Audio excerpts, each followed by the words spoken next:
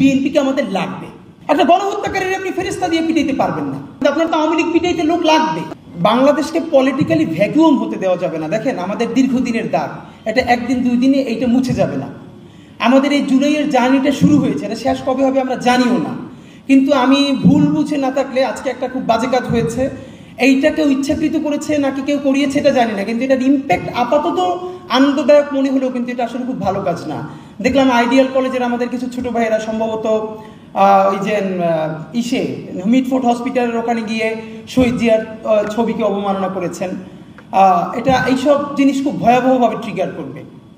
Fact হলো BNP চাঁদাবাজি করে, বিএনপি খুন করে, ধর্ষণ করে, এই সব সত্যগুলোর আরও একটা সত্য হলো এই বিএনপি আবার আওয়ামী লীগও মারে। কেন মানে? চাঁদার প্রশ্ন মারে, কিন্তু আপনার তো আওয়ামী লীগ পিটাইতে লোক লাগবে। একটা গণহত্যাকারীর আপনি ফেরেস্তা দিয়ে পিটাইতে পারবেন না। ফেরেস্তারা কোট আনকোট যারা ভালো ছেলে, গুড বয়, তারা অফিসে ফিরে গেছে, তারা বিদেশ চলে গেছে, তারা লাইফে ক্যারিয়ারে ফিরে গেছে। তো এই যে একটু কম ইবলিস, রাইট, কম ইবলিসরে দিয়ে আপনার বড় ইবলিসের বিরুদ্ধে প্রতিরোধ গড়ে তুলতে হবে। তা আপনি সবাইরে পলিটিক্যাল মাঠ যদি খালি করে ফেলি, আমরা তো আমাদের স্ট্যান্ড কি? আমাদের স্ট্যান্ড খুব কমন। বাংলাদেশের স্বাধীনতা সার্বভৌমত্বের প্রশ্নে যেই বিএনপি শহীদ জিয়ার, যেই বিএনপি খালেদা জিয়ার, যেই বিএনপি ভারতীয় আধিপত্যবাদের বিরুদ্ধে, সেই বিএনপিকে আমাদের লাগবে।